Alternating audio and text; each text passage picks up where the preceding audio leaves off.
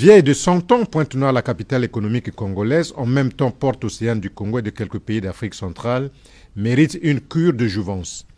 Cette reconnaissance ressort des 5 allocutions prononcées ce mercredi 9 novembre à l'occasion du meeting relatif au lancement des travaux du centenaire de cette ville.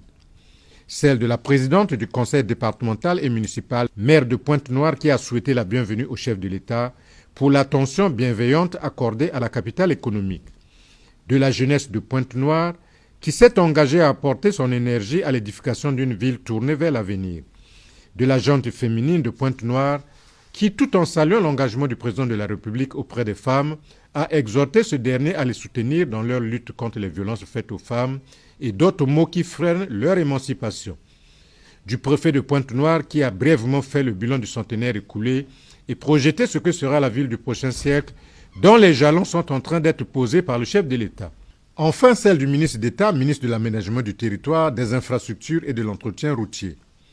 Dans une prose qui lui est familière, il a concilié touches politiques, économiques, sociales et culturelles pour sublimer la très visible action du président de la République à Pointe-Noire, dans le cadre du lancement des travaux du centenaire de Pointe-Noire.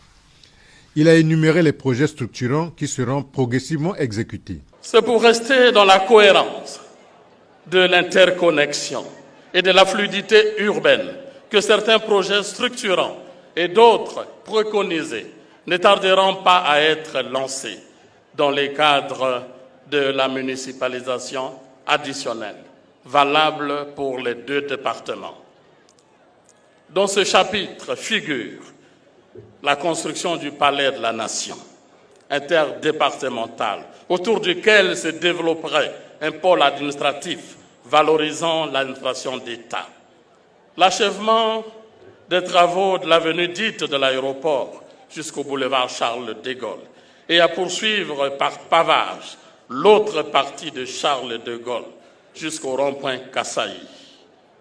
La construction de la corniche en bordure d'océan, le bitumage d'avenues stratégiques, la construction d'une rocade ceinturant ainsi la ville. La voie de contournement de la zone économique spéciale à partir de Mengo jusqu'au port de Pointe-Noire en passant par l'estuaire de Songolo. Pointe-Noire, cette ville du futur en perpétuelle croissance démographique et spatiale, doit être délimitée, a déclaré Jean-Jacques Bouya, afin, dit-il, de canaliser les flux humains.